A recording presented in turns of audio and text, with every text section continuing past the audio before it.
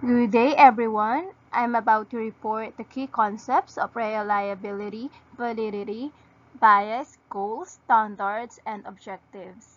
I am Miss Charmaine Quirol. Let's first discuss the reliability in evaluation. Reliability in evaluation refers to the extent to which assessments are consistent, and we strive to have reliable, consistent instruments to measure students' achievement. There are considerations for determining reliability. Classroom assessment reliability is a combination of error, measurement, and instructional decision making, according to Macmillan 2014. The main focus for reliability is to focus on the decisions after the assessment. Number 1, measurement and error. Measurement and source of errors. Observed score is equals to the true score plus the error. It considered the positive and negative or neutral. The internal errors are the health, the mood, the motivation, test-taking skills, anxiety, fatigue, and general ability. Wherein external error are directions, lock, item, ambiguity, heat in the room, lighting, sampling of items, observer differences, test interruptions, scoring, and observer's bias. Number 2. Consideration of different measures of the same thing or item.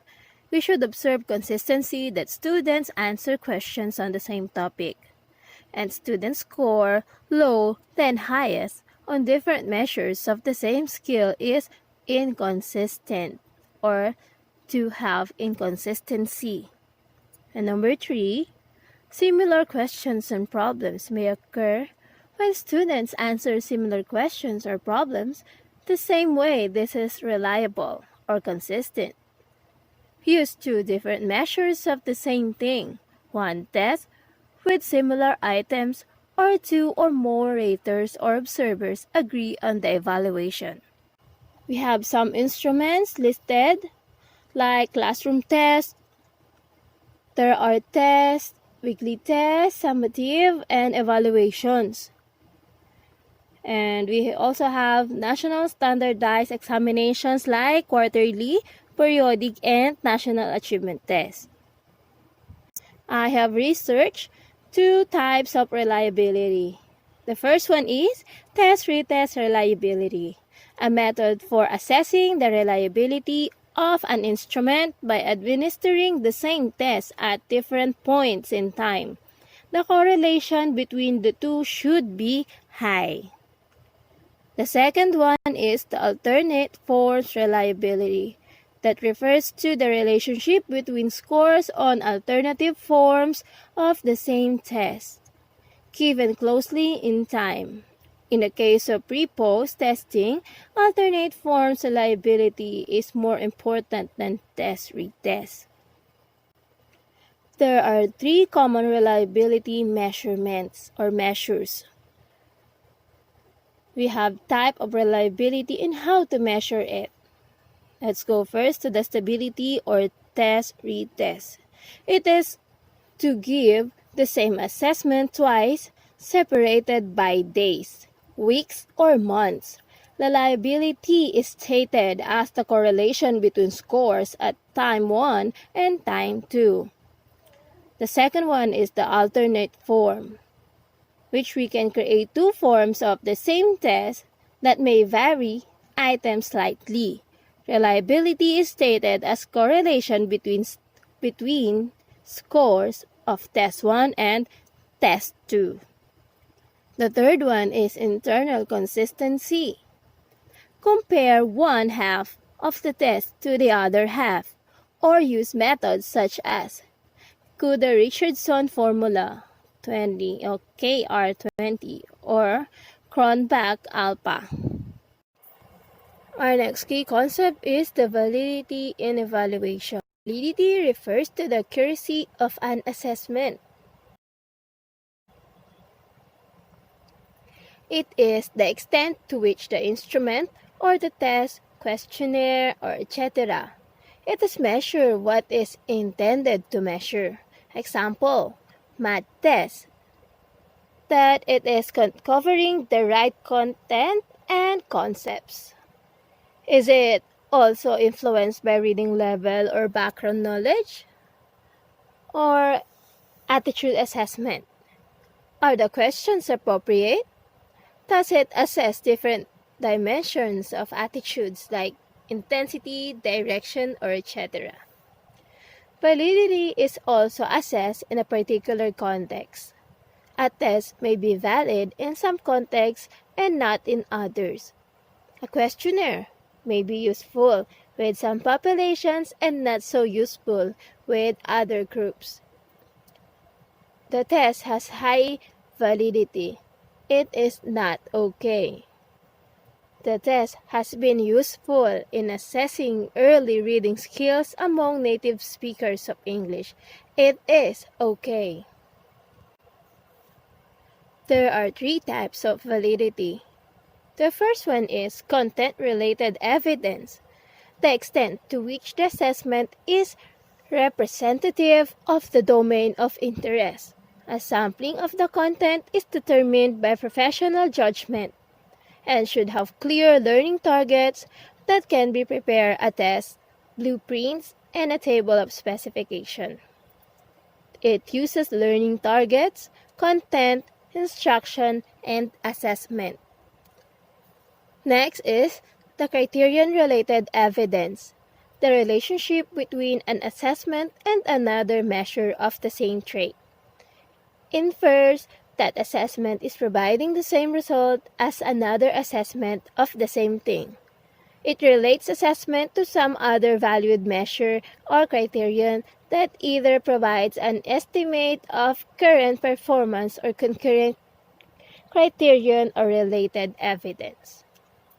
Predicts future performance, predictive criterion-related evidence. Formal studies of validity can obtain correlation coefficients with range of 0 to 1. The source of evidence that the teacher's observation, quiz, and student self-assessment too. The last is the consequential evidence, the extent to which the assessment leads to reasonable and expected outcomes. Giving tests and providing feedback lies at the heart of education to enhance student motivation and learning. Multiple choice questions require surface knowledge, lacks engagement, and different understanding by students. Open-ended question can motivate students to gain a deeper understanding and active engagement. Let's discuss the type of validity, their definition, and example and non-example. The first one is the content.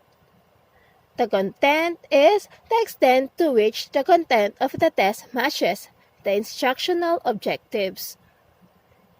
At semester or quarter exam, that only includes content covered during the last 6 weeks is not a valid measure of the course's overall objectives. It has very low content validity. Then, criterion. The criterion extent to which scores on the test are in agreement with concurrent validity or predictive validity, an external criterion. If the end of the if the end of the year math tests in 4th grade correlate highly with the statewide math test, they would have high concurrent validity. And construct. The extent to which an assessment corresponds to other variables as predicted by some rationale or theory. And you can correctly hypothesize that students will perform differently on a reading test than English-speaking students because of theory, or the assessment may have construct validity. Or here in our country, we can use or refer the English to our mother tongue. Do you have question in mind like how validity and reliability affect assessment results? The positive consequences of validity and reliability is the alignment of learning targets and assessment tasks. Students are more engaged if assessments are challenging. It increases the students' engagement, provides meaningful result of the next instructional steps. A review of error, mistakes can be motivate and promote learning. Invalid assessments may lead to bad decisions about students' needs, and it can enhance students' self-efficacy, a belief in their ability to learn. And we, the teacher, will focus on what is on the test to teach to the test. We can help set guidelines to reduce variations in scoring, establishes clear and specific directions to help with decisions about student learning. We can show fairness that shows transparency about learner expectations. We can set criteria for performance and yields unbiased scores or unbiased scores. Are you still confused about the difference between validity and reliability? It is simple. Validity refers to you're concerned with getting the right assessment, while reliability is concerned with getting the assessment right. And now, we have bias in evaluation. Educational tests are considered biased if a test design or the way results are interpreted and used systematically disadvantages certain groups of students over others. There are a few general categories of test bias. Construct validity bias that refers to whether a test accurately measures what it was designed to measure. We also have here content validity bias that occurs when the content of the test is comparatively more difficult for one group of students than for others. It can occur when members of a student subgroup, such as various minority groups, have not been given the same opportunity to learn the material being tested when scoring is unfair to a group. Next is the item selection bias, a subcategory of this bias that refers to the use of individual test items that are more suited to one group's language and cultural experiences.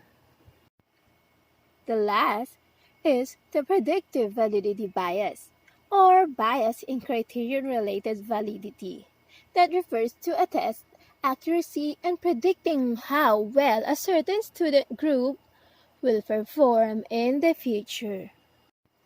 We are talking about the test bias that is closely related to the issue of test fairness.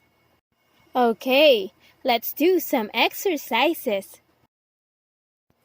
Instructions: read the scenario and identify the most likely measurement issue. The Elmwood Tutoring Program provides one-on-one and small group literacy tutoring to students in grades 3 to 5 who read below grade level. Students at 2 locally primary schools participate twice per week in 90-minute literacy tutoring sessions, focusing on improving students' ability to read aloud or oral reading fluency. Outcome data are collected by school personnel who administer standardized reading comprehension tests to students at the beginning and end of the school year. Test results show trivial improvements in test scores from pre-test to post-test, assuming the problem is with measurement and not with the program design. So what is the most likely measurement problem? Is it the reliability, the validity, or the bias? Correct. The answer is the validity. Why? Because it focuses to the accuracy of an assessment. The second scenario will be The National Housing Program assists economically disadvantaged and homeless individuals to move in safe, healthy, and affordable housing.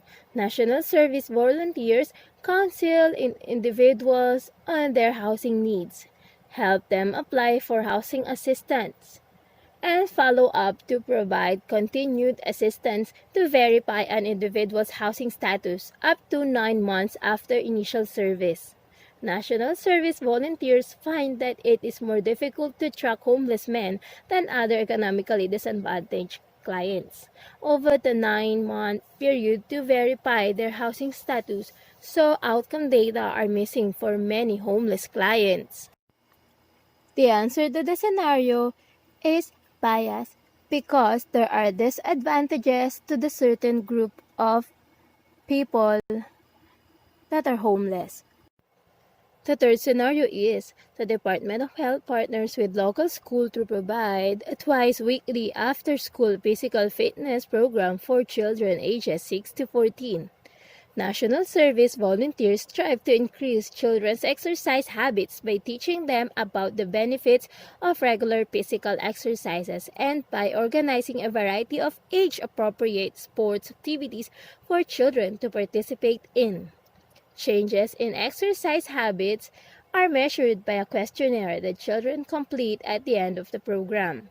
However, the program manager is concerned that the questionnaire is not producing high-quality data, particularly for questions that ask children about their exercise habit before participating in the program, assuming the problem is with measurement and not with the program design. The issue in the third scenario is its reliability. The questionnaire that they use don't have consistency. Goals and evaluation. Goal assessment determine acceptable evidence. Though they involve complex learning, the desired results, target, goal, objective, intended outcome must be cast in measurable terms. Any valid assessment, in other words, is designed to measure the degree to which the learner's work hit the target. It is from Wiggins and McTighe, Understanding by Design. This is the backward design by Fink 2003 and Wiggins and McTighe 2005. First, we have outcomes that identify desired result, and the next is assessment that determine acceptable evidence. And third, we have design meaningful learning experiences. The situational factors, these three situational factors includes audience, departmental or curricular context, or delivery modality. It determines whether the goals of education are being met. Assessment affects decisions about grades, placement, advancement, instructional needs, curriculum, and, in some cases, funding. Assessment inspires us to ask these hard questions.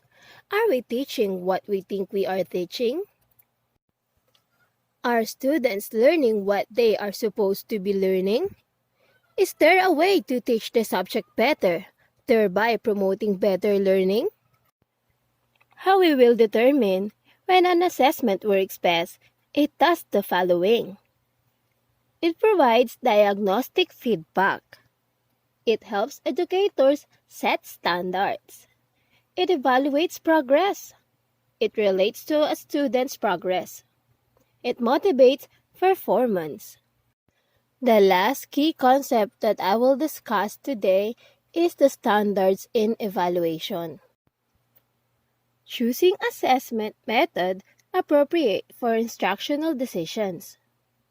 Developing assessment methods appropriate for instructional decisions.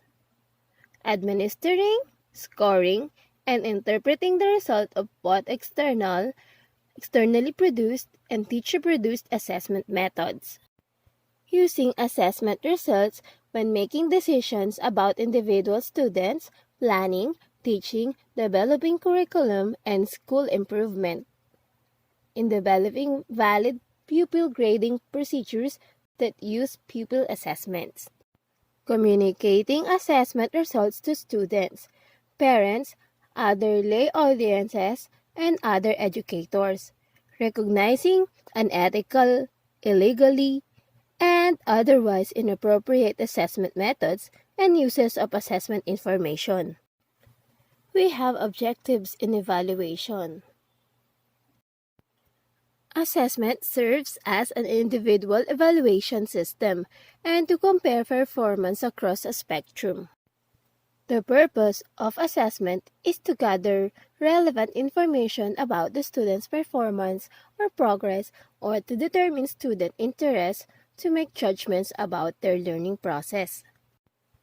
I hope that you learned something valuable from my report. Thank you for listening. God bless.